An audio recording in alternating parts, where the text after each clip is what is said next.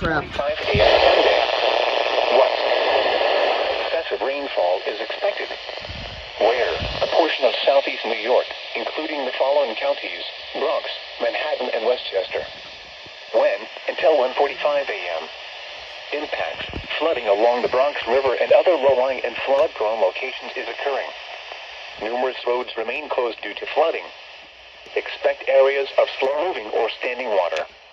Additional details: at 7:50 p.m., gauge reports indicate flooding along the Bronx River. Flooding is already occurring in the warned area. Between 2.5 and 3.5 inches of rain have fallen. White Plains, Mott Haven, East Tremont, Scarsdale, Bronxville, Mount Vernon, Eastchester, Greenville, Pelham, Woodlawn, Tuckahoe, Hartsdale, and Fordham. Turn around. Don't drown when encountering flooded roads. Most flood deaths occur in vehicles. Be especially cautious at night when it is harder to recognize the dangers of flooding.